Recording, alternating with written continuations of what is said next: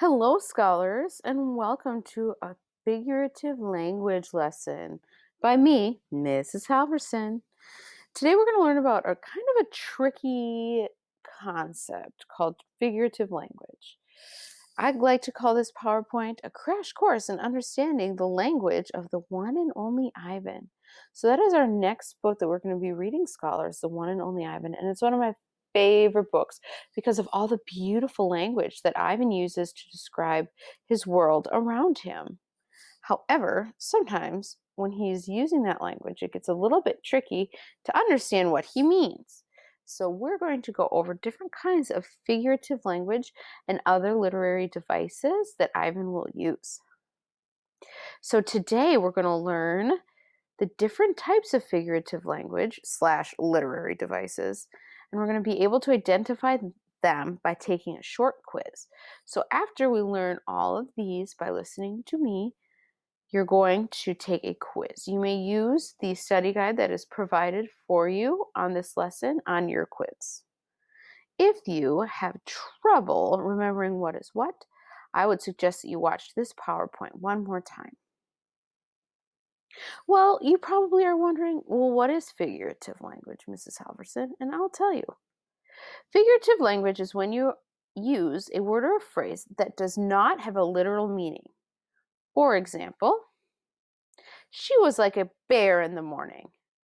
We know that this probably means that she woke up and was really grumpy. Was she an actual bear? No, she would just acted like a bear. It's raining cats and dogs outside. If you've ever heard a parent or an adult say this, then you probably know that it's not actually raining cats and dogs outside, right? It is probably just raining really hard. If it was raining cats and dogs outside, excuse me, that might be kind of fun, but that's not what they mean. They just mean that it's raining really hard outside. Miss Halverson heard the last cookie calling her name.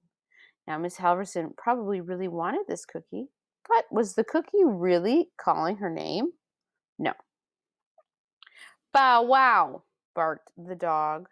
So there the figurative language would be bow wow, because dogs don't actually say bow wow. They say different things depending on what the dog is.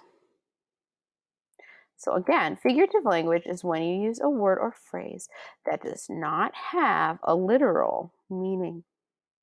Today we will be learning about several different kinds of figurative language. They are called similes, metaphor, personification, onomatopoeia. That's a big word. Onomatopoeia. That's how you say it, even though it looks different than what it sounds like. Oxymoron, alliteration, hyperbole, and idiom. First, we're going to talk about similes. I like the word simile because it kind of looks like smile, but with an extra I. A simile compares two things using the words like or as. For example, Ripley is as lazy as a sloth. Now, Ripley isn't actually a sloth. Ripley might just be a kid. She was fast like a cheetah. The movie was as boring as watching paint dry. Scholars, do you see that each one of these is comparing two things using like or as? It's comparing Ripley and a sloth, she, whoever she is, and a cheetah, the movie, and watching paint dry. Do you also notice that in each of these things they use the word like or as?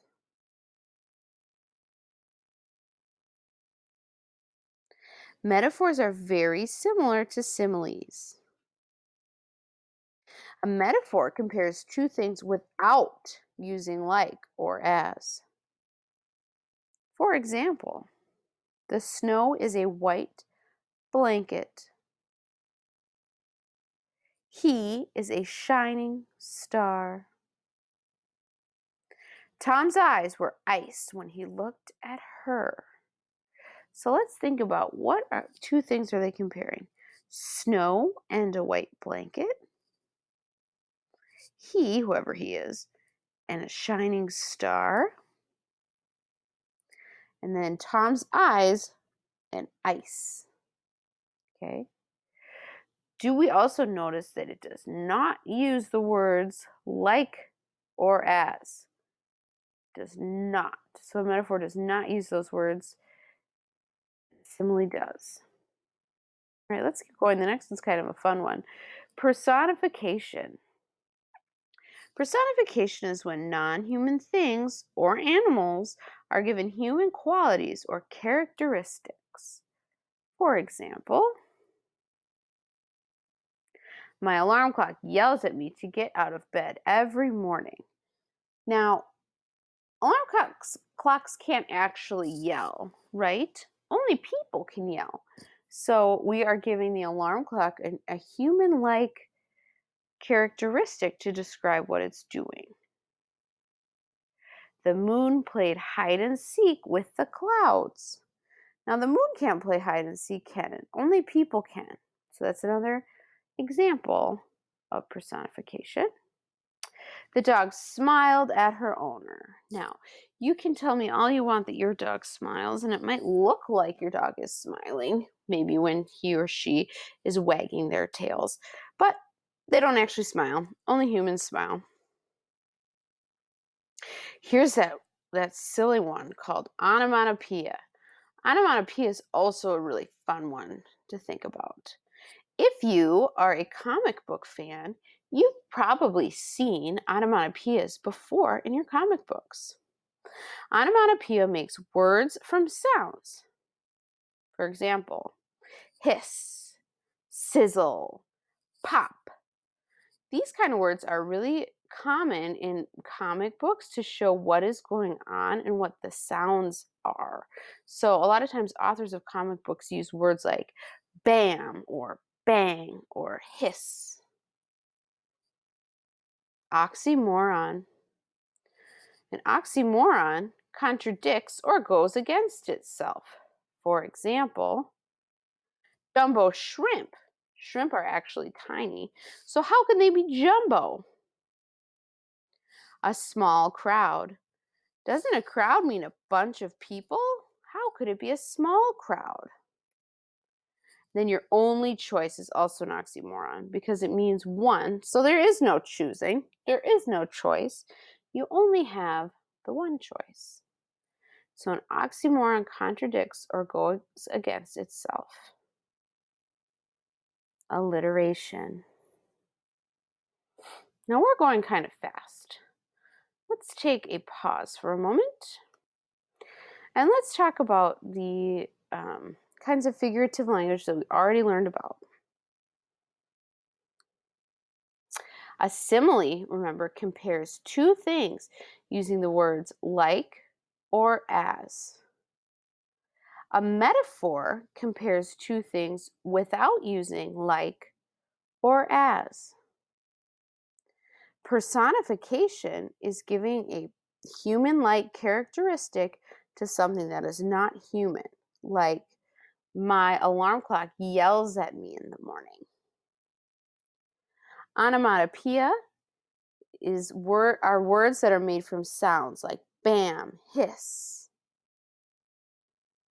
And an oxymoron contradicts itself, kind of like jumbo shrimp or only choice. All right, let's bop back to our next one. Our next form of figurative language, or our next literary device, is an alliteration. Alliteration is the repetition of the same beginning sound in a series of words. For example, Sally sells seashells by the seashore. Big bears bicycle backwards while balancing bananas. Did Dana and Doug dirty the dozen dishes? Scholars, do you see how a lot of the words in this sentence all start with the same sound? That's an alliteration. Alliteration is the repetition of the same beginning sounds in a series of words, usually a sentence. Hyperbole. A hyperbole is an exaggeration for effect. For example, my homework took 8 million years to finish. Your backpack weighs a ton. That was $1 million feast. So hyperbole just uses an exaggeration. Our last form of figurative language, and perhaps my very favorite, is called an idiom. An idiom has a different meaning than what it says. So, do you remember when I used the example that it was raining cats and dogs outside? That is an idiom. Let's look at some other examples of idioms. The test was a piece of cake. Well, I wish the test was a piece of cake so I could eat it. But really, what does that mean?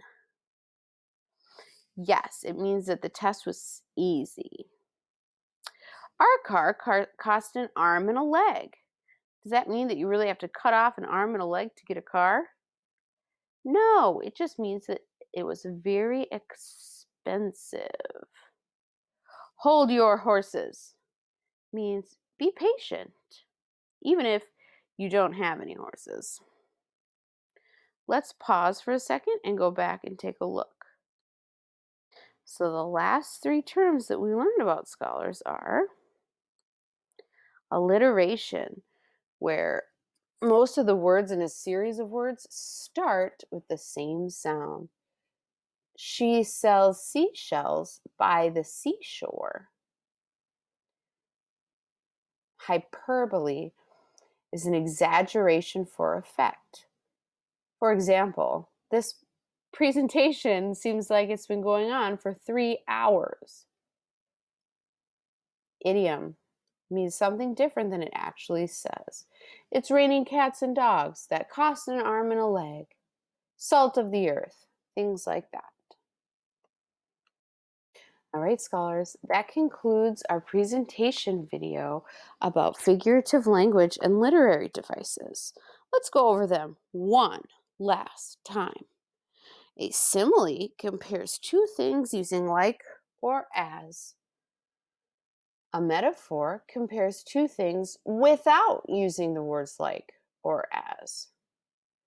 Personification gives human-like characteristics to non-human things. Onomatopoeia are words that are made from sounds, like bam or hiss. An oxymoron contradicts itself, like jumbo shrimp or only choice. Alliteration is when a group of words start with the same letter. So, Billy Bob bought bagels and bread. Hyperbole is an exaggeration for effect. Oh my gosh, that weighs 1,000,000 pounds. And an idiom means something different than it says. It's raining cats and dogs. All right, scholars, your job now is to go and take the quiz on the different kinds of figurative language. Make sure that you utilize the study guide that was given you so that when you see one of these, you know what to pair it up with. All right? Have an awesome day. Good luck on your quiz and happy reading.